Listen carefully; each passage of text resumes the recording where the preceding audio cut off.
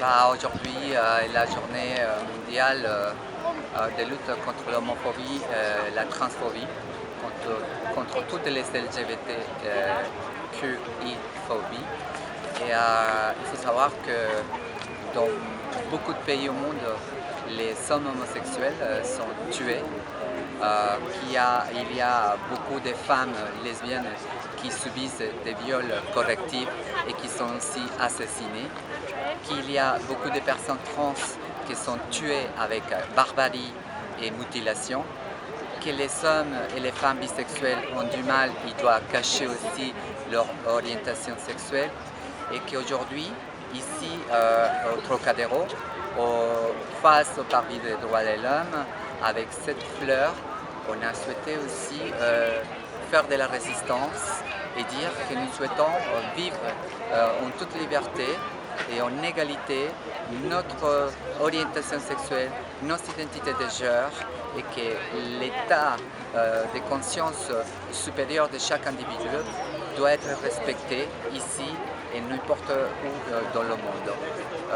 Je suis très contente aussi parce que hier on a reçu le prix des fonds de dotation de l'association Le Refuge et l'Institut Rastad qui met à disposition un petit budget pour soutenir les actions qui souhaitent lutter contre l'homophobie et la transphobie.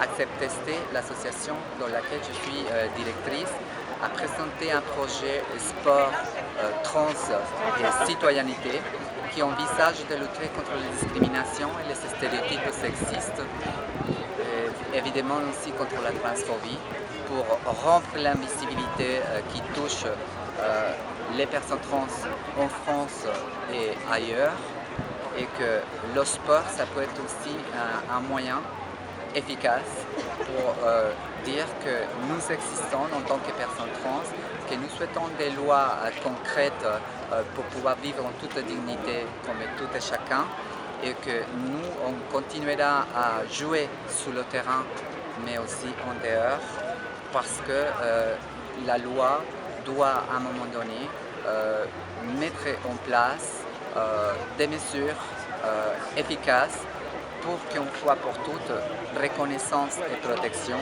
puissent voir le jour pour les personnes trans. Ici en France, on a besoin de s'en sortir de la mort sociale.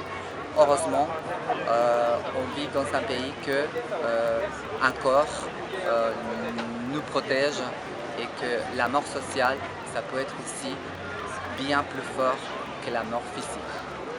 Donc, aujourd'hui, en 2015, demain, 2016, et j'espère qu'en 2017, on n'aura plus besoin de faire des manifestations, de faire des actions, mais tout simplement de vivre unis avec tout le monde, sans classification homosexuelle, bisexuelle, transsexuelle, ni rien, ni hétérosexuel, tout simplement des frères et unis dans la dignité, dans le respect. La journée mondiale de lutte contre l'homophobie et la transphobie, c'est aujourd'hui. On a fait un événement avec Paul Artfried, très bel événement. Pourquoi cette journée existe? Parce qu'il y a 80 pays dans le monde qui condamnent la conscience d'aimer. Et il y a 12 pays qui condamnent cette conscience d'aimer à mort. L'amour entre adultes consentants est criminalisé, condamné. Il faut se battre contre, parce qu'on est tous des êtres humains. On a tous le droit de s'aimer. LGBTH, lesbiennes, gays, bi, transsexuels, intersexes, hétérosexuels. Oui, on est là pour s'aimer. On est aujourd'hui, 17 mai, sur le Trocadéro pour dire oui à l'amour, non à l'homophobie.